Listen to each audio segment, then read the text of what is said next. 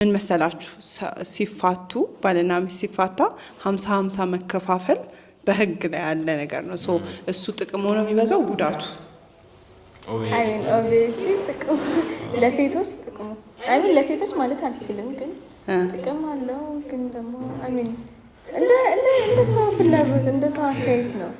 ያ እኔ for me ማለት ነው ለኔ ይሄ ቶፒክ አሁን ወንዶቹ በጣም የማይወዱት ቶፒክ ነው 50-50 መከፋፈል። ምክንያቱም 50-50 ስትከፋፈይ ላይክ ሁሉም ነገር 50-50 ትከፋፈያለሽ፣ ግን አብዛኛው ጊዜ ወንዶች ነው ስራ የሚሰሩት። ስለዚህ የእነሱን ንብረት 50 ትካፈያለሽ እና ደግሞ ልጆቹን ወንዶች ከቨር ማድረግ አለባቸው። የልጆቹን ወጪ ብዙ ወጪ ከቨር ማድረግ አለባቸው። ገባሻ? ግን ሚስት ደግሞ ክሊፑን ከሰማችሁት እሱ ክሊፕ ከሴት የሚጠበቀው ብዙ ጊዜ ፍቅር መስጠት እንዲህ በቃ ይሄ እንክብካቤ ላይክ ሴክስ ምናምን ከዛም በኋላ ወንድ ግን የሚጠበቅበት ፕሮቫይድ ማድረግ ነው። ገባሻ? ስቲል ቢፋቱም ፕሮቫይድ የማድረግ ኃላፊነት አለበት ለልጆቹ። ገባሻ? ለሴት ግን 50% አፍቅሪው 50% ምናምን የሚባል ነገር የለም። ስለዚህ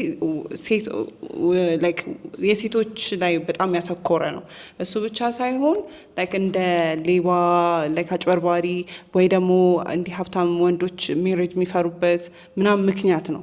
ገባሻ? ስለዚህ ይሄ ነገር ደግሞ ትዳር ውስጥ ምን አገባው መንግስት የሚሉ በጣም ብዙ ሰዎች አሉ። ትዳር መንግስት አይደል ደስ የሚለው በኋላ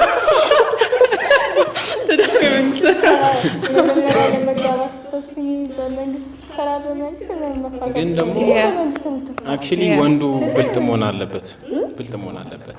ሐኪሚን ታውቁታላችሁ? የፒኤስጂ ያ በቃ ለእናቱ እንዳለ በቃ ለእናቱ እንዳለ ምናምን በቃ አሁን ሮላንዶ ደግሞ ፕሮናውንስ ማድረግ አልችልም። ሮላንዶን ማለት ነው። እሱ ደግሞ ገና አላገባትም። ገባሻ? ሶ ኖርማል ኮሚዩኒቲ ላይ ራሱ ምን እየፈጠረ እንደሆነ ይሄ 50-50 መካፈል የሚባለውን ነገር ዩከንሲ ግን እንዴት ነው አሁን ቱ ፖይንት ስታስቢው እኮ ወንድ ለፍቶበት ምናምን ብዙ ነገር አምጥቶ ምናምን የሆነ መካፈሉ ፓርት ላይ የሆነ ሚዝሽ ነገር አለ። ግን እንዴት ነው በመሀልሽ የሆነ በመሀከላችሁ ፍቅር ሲኖር ወንድ ብዙም የሚጨነቅበት ነገር አይደለም። ሲፋቱ እኮ ነው። ሲፋቱ ፍቅር የለም። ሲፋቱማ ግን እንዴት ነው ይሄ ያሳለፈውን ነገር ያስባል። ካለፈበት ነገር አንጻር የሆነ ሺ ዲዘርቭ ኢት እሷ ባትኖር ይኸውላ ሀብት አላካብትም ነበረ ምናምን ልጆች ያሳድጋለች ምናምን ብሎ ያስባል። እሱ ብቻ እሱም ፖይንት ሆኖ ግን እሱ ብቻ ሳይሆን ደግሞ እንዴት ነው አለ አይደለ ብዙ ነገር አሳልፈሻል። ላይክ ብዙ እንትኖች ብዙ ውጣ ውረዶች አይተሻል ምናምን እና ካሳለፍሽው ነገር አንጻር ስታስቢው የሆነ ሺ ዲዘርቭ ኢት ምናምን ብቻ ሳይሆን በቃ አላ ወንድ ነሽና የሆነ ፎር ሚ ግን እኔ አሁን እንዲህ ከሸሪዓ ጋር ሲገናኝ ማለት ነው አብዛኛው ሴት ሀብት አላት ወንድም ሀብት አለው። ገባሻ? ሶ ስለተጋቡ ማለት ሀብታቸውን መከፋፈል አይቻልም ማለት ነው። እሱ ነገር ግራ ይገባኛል። ቢኮዝ የኔ ስቲል አግብቼ የኔ ሀብት የሚባል አለ። እኔ ኢንቨስትድ ሁኜ ማመርተው ሀብት አለ። እሱም የራሱ ሀብት አለ። እሱም መከፋፈል እንዴት አልተቻለም? ሐኪሚ እኮ ከሚስቱ ተካፈለ ታውቃላችሁ?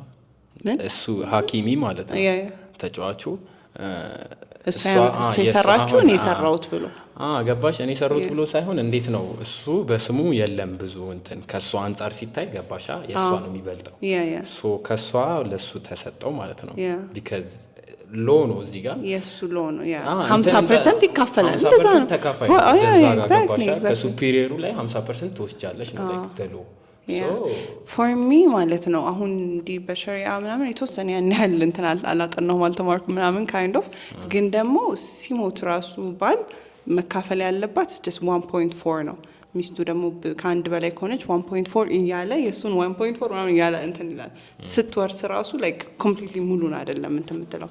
ስትካፈል ደግሞ የራሱ ሀብት አለ የሱ ሀብት አለ ምናምን ነው እንጂ የሚባለው ላይክ this 50-50 ነገር I don't know like ድጋሚ እኔ ለኔ ጀነራሊ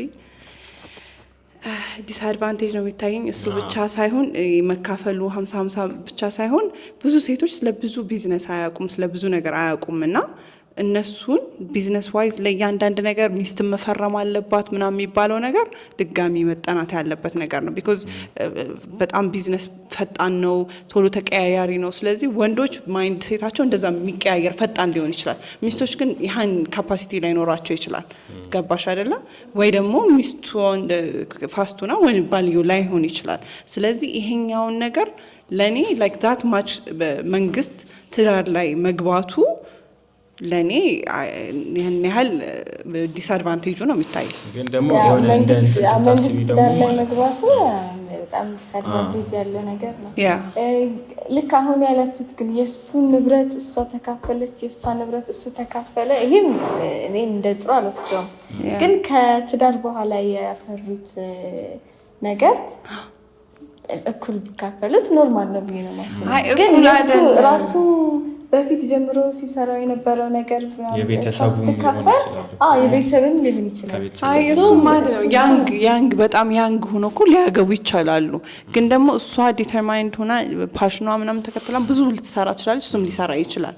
ስለዚህ እሱን ራሱ በስማቸው እንዳለው ይደግ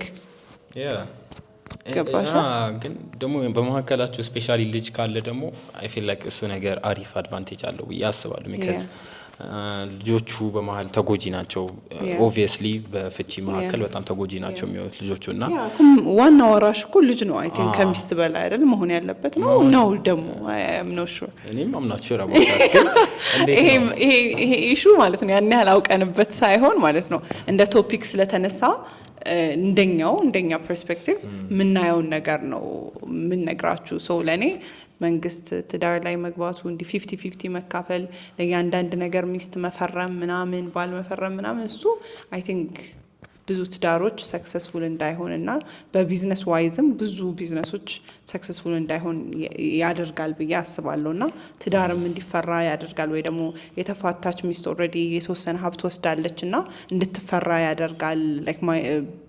በጣም ብዙ ነገር አለውና ለኔ ድጋሚ መታሰብ ያለበት ድጋሚ መታሰብ ሳይሆን ዋይዝሊ መታሰብ ያለበት ነገር ነው ብዬ አስባለሁ። ዲቮርስ ኢን ጀነራል ሲጀመርም ላይክ መፋታት ላይክ አላ ላይክ በተቻለ አቅም አቮይድ ማድረግ ከዚህ ላይክ እንደተናገርኩት ከዚህ በፊት ያሳለፋችሁትን እንትን እያላችሁ ያሰባችሁ እንትን ማለት ይቻላል። አሁን ሌትስ ሙቭ ኦን ቱ ዘ ኔክስት ኩዌስችን።